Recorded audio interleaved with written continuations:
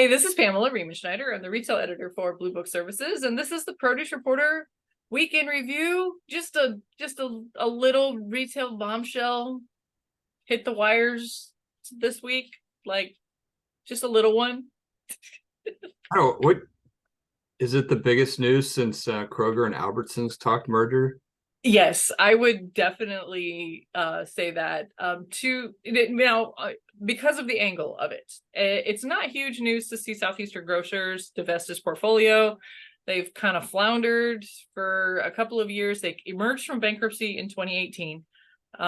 They had divested a bunch of stores during that, and they were working on cosmetic upgrades to the Winn-Dixie banner, basically shining it up for sale. Some of the people had speculated, and they were pouring most of their innovation into Fresco y Mas.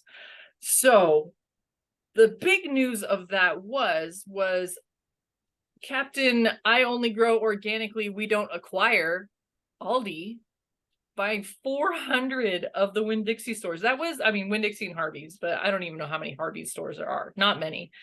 Aldi doesn't do this. And just so to see that was crazy. Just whoa, this is huge for them. And those store footprints for Winn-Dixie and Harvey's are totally different than Aldi's. So how do you see that coming together? And I mean, I guess the release says they're gonna transform some into Aldi's and keep some as their banners. I mean, what's the point of that?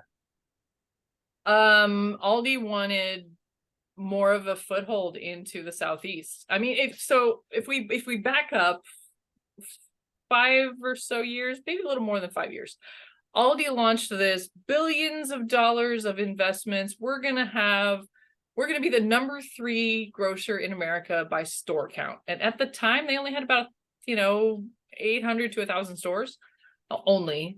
But when you think about it, Aldi kind of spawns in. They don't really need to have a huge footprint because they have such a low labor model, just-in-time delivery, that kind of stuff. So they're not storing a lot of stuff on site. They can build a store in a relatively short amount of time compared to a larger store. So they're trucking along at their growth rates. And they now project reaching 2,400 stores by the end of this year. And then this acquisition is going to add another 400 onto that. Those are Kroger numbers when we're talking about Aldi. And the thing is that a lot of these Winn-Dixie stores are massive. They're close to Walmart size almost on some of these. So to start operating as a traditional retailer, as an Aldi, I don't see it. I see them perhaps sloughing off the locations that they don't find ideal for what they were looking for. They may divest those in a couple of years. They keep them operating, keep the warehouses, keep things up and running while they harvest all of the good locations for Aldi's. That's kind of what I'm thinking they're going to do, because they really wanted a bigger footprint in the Southeast. And as they've started to grow, they pick strategic areas to grow the Aldi presence. Southern California is one of them. Texas, they're putting a lot of stores in Texas. They had some in North Texas, and in Houston, but now they're starting to put them into South Central Texas, going into HEB territory. And now going more into Florida, up against Publix, which has not the greatest reputation as far as price goes. To throw a discounter in there makes me think of the retail news that we had last week, where Save-A-Lot sloughed off the last of its stores and converted into a distribution model. So Save-A-Lot used to be the discount retailer in the US, and unequivocally Aldi is that. And by the end of next year, they are going to be a major force to be reckoned Well, in the with. last 5 years, the quality of Aldi products, especially produce, it would just blew Save-A-Lot out of the water. Yeah. The quality and quantity. I mean, Save-A-Lot would have 10 feet of refrigerated space. Save-A-Lot is what space they were holding in the market. And there's some effort in, especially the Yellow Banana ownership of those Save-A-Lots. They're working to make that into a more competitive retailer, but the space that Save-A-Lot used to occupy is now occupied by Dollar General when it comes to food and produce, because Dollar General has a much wider assortment than a Save-A-Lot did. So you mentioned Florida. They're getting stores in Alabama, Georgia, Louisiana, and Mississippi too. What do you see it meaning for those markets? I see most of the the Publix was going into that area as well, but I see most of the traditional banners. What do you think about the Southeast and the retailers that are very well known? They're generally smaller operations, like Rouse's, for example, in Louisiana, isn't a huge operation. So there's a lot of room in there for a concept like Aldi. A lot of those areas are very economically disadvantaged, and Aldi can just swing right in there and really establish a presence, especially if they can get into this many. They're going to be gotta have to build new DCs.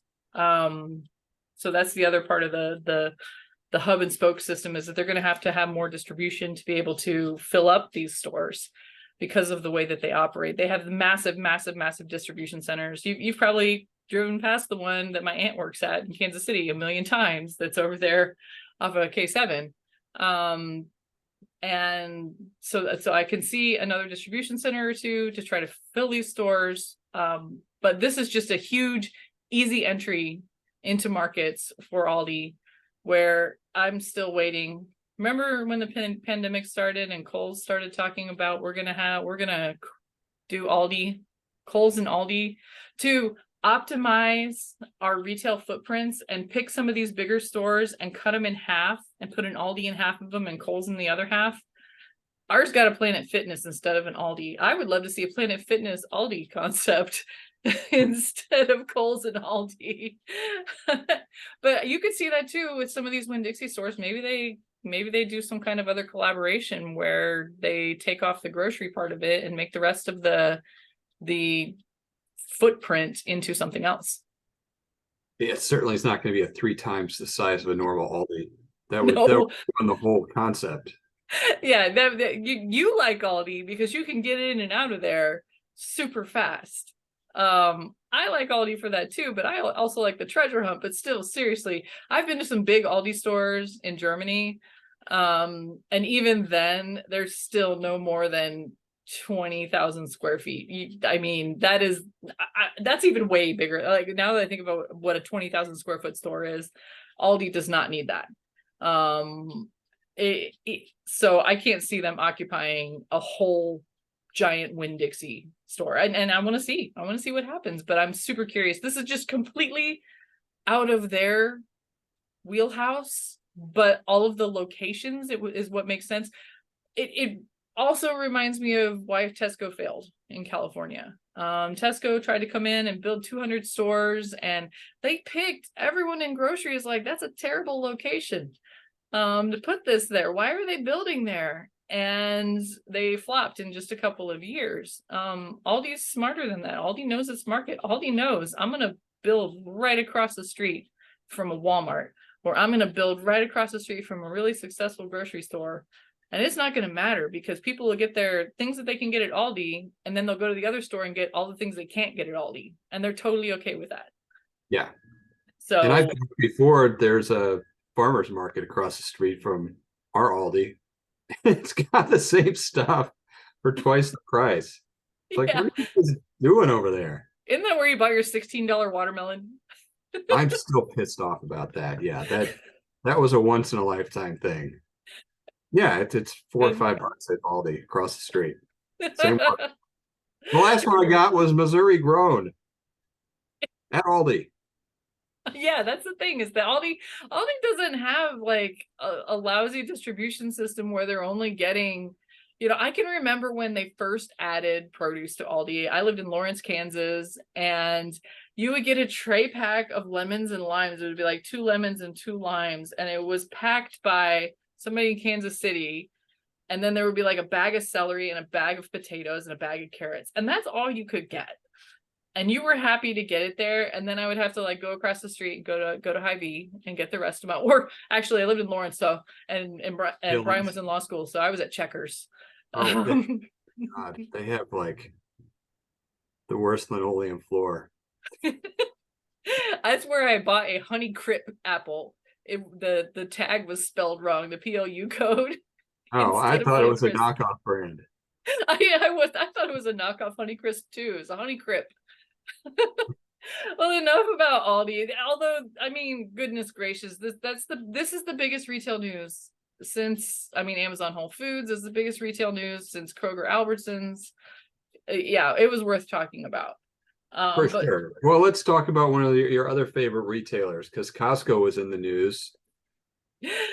Costco, surprising no one, has a higher income shopper base, and surprising no one, is kind of inflation proof. And Placer.ai does foot traffic analysis, and they picked 5 stores, you know, some of the market leaders, Costco, Sam's Club, Walmart, BJ's. They were going for superstores is what they called them. And almost all of them had lower foot traffic than previous years, and huge dips. And Costco, on the other hand, did not. And they mostly attributed it to higher income shoppers are less food cost sensitive. And it's just a different concept to see. But they did talk a little bit about Walmart and the growth of Walmart, and how Walmart is bouncing back a little bit quicker than some of the other stores. Let me pull that up here. We talked a little bit about price and value last week, and I wrote a column this week about that and about perceived inflation. But part of that discussion is also about the value quality concept. And you know, when food costs so much more, when you do spend it, you want to get high quality. And that makes me think that might be part of Costco's success too, because it can be more expensive, but you know the stuff there is always going to be good. Yeah. It always top brands, decent prices. I mean, you get a lot of food, but it is top quality. Well, I just took a friend to Costco, and shockingly, today we had a lunch date. She had never been to a Costco. She was a Sam's Club gal, and finally decided to get her Costco membership because they built one closer to her. And Costco has a big proximity issue because we always talk about the one right around the corner from you, and it's almost half an hour for me. And I love Costco, but it's just so damn far, and it's not on my way to anywhere. So I mean, right. if I get there once a month, I'm lucky. Yeah, so I took her around to show her what I buy as a regular Costco shopper, and I'm not as susceptible to I accidentally put my blinders on and spent $300 at Costco, except I guess when I take friends, I do that. Um, but to be fair, today was also the first day of school, and I'm packing school lunches. And I realized when I started packing lunches this morning that all I got is cucumbers and tomatoes and broccoli and some ranch and no snacks. I had none. And so I walked out of Costco today with elote flavored corn nuts and mint chocolate chip protein bars, and in addition to all the normal things that I buy at Costco, which I love the mini romaine heads. They make a great salad for a lunch, or just to eat a head of romaine. I like to do that. But to show someone around to all the things that I normally buy kind of reminded me how essential Costco is. Like, half my grocery budget is probably spent there. But like you said, it's proximity, because if I had to drive 45 minutes or 30 minutes to go to a Costco, I wouldn't be doing that. I'd be at any one of the other HEBs that are within 5 minutes of my house. Well, it also depends on how big a family you're buying for. True. And because you have growing boys. Play this out 10 years from now, I bet you're not shopping at Costco nearly as much. Although I did start shopping at Costco when I lived in Kansas City, about 5 minutes from one, and it was just me and Brian before we had kids. But I wrote about it back then. You have to work really hard as a couple to finish one of their clamshells of Campari tomatoes. That's where I started buying them, and I still buy them there. But can confirm, when your family size doubles and you have a teenager eating all the food in your house, that it doesn't go nearly as far as it used to. Like, not nearly as far. And I also walked around showing my friend all of the things. I'm like, the pesto used to be $6.99 and now it's $10.99. And the Promised Land milk is in a smaller container and $2 more than it used to be. But most of the produce prices, pretty much the same. Although avocados were nuts this week, we saw that in Produce IQ. Avocados got down to $4.99 for a bag, and now they're $8.49 a bag. And they're Colombian avocados. They're not even the standard avocados from Mexico. So that recorded the 10-year high is no joke, apparently, in the avocado category. Yeah, I kind of decreased seasons there. Yeah, right. Although, if you noticed, Avocados from Mexico reported that record volume again, 2.48 billion pounds of avocados crossed from Mexico into the United States. I remember when it was 1 billion, and I thought that was a lot of zeros. And now we're at 2 billion, 2.5 billion pounds. And that was 61% over the year before. And I think the year before was a lot of weather and importing issues and things like that. We had a crazy market, but to see 2.48 billion pounds is just astounding. And that's not even counting record volumes from Colombia and Peru and all of the other places that we're starting to see them from. That there is no ceiling for avocado demand. A bigger California crop this year. Yeah. And we're still at 10-year high prices. Great. So Richard Smalley this week picked up the standard for us on something that we've talked about before, and that I think the produce industry is going to push for even more. And this is one of your pet projects, plant-based meat. Yeah, I'm a notorious hater of plant-based meat, but he got the idea from Francis Dillard from Driscoll's, who wrote a column in Forbes magazine talking about how the produce industry needs to reclaim the term plant-based. And of course, we've been saying this for many years. And part of Richard's point is that a lot of the plant-based meat companies, after having a couple decent years of finding customers who are curious, now a lot of them are seeing a big drop off because the experience is just poor. I mean, it doesn't taste like meat. It's more expensive than meat. And if you're going plant-based, eat plants instead of these meat. I still like the term meat analog because it sounds so much less appealing. Well, and the thing is that when you pull back the curtain, and some of them are even just on the saturated fat side, I can't eat a lot of these because it's actually coconut oil, which is a plant-based saturated fat, which a lot of dietitians are saying, this is a very similar experience. And then the whole meat is bad for the environment thing. When you did the calculations, you find out that the plant-based meat, the creation of it is not, it's pretty much a wash on a lot of the claims. One of the few ones that I've seen that kind of seems a little more successful than the other ones is the ones that are mushroom based. And that's not just because I'm a produce lady, Well, there's less ingredients in the mushroom based ones because you don't really need to do that much more. But when you have these mysterious analog products, you have to put a lot of weird stuff in there to make them look and act like food and taste like food. He points out that, basically these products are processed and they put in salt and sugar to make them feel better or taste better. And you don't have to do that with fruits and vegetables. Right. Yeah. It's the whole salt, sugar, fat thing. That is exactly what they're making a compound out of salt, sugar, and fat and calling it meaty. So it was really interesting. One of the things that Frances said, and I've met her on many occasions, the Driscoll's is a great company to work with on some of this stuff. But she said the marketers of whole foods and like fruits and vegetables, it's time to rethink current marketing efforts to reclaim the term. And then she said, to thrive, the produce industry must prioritize flavor innovation.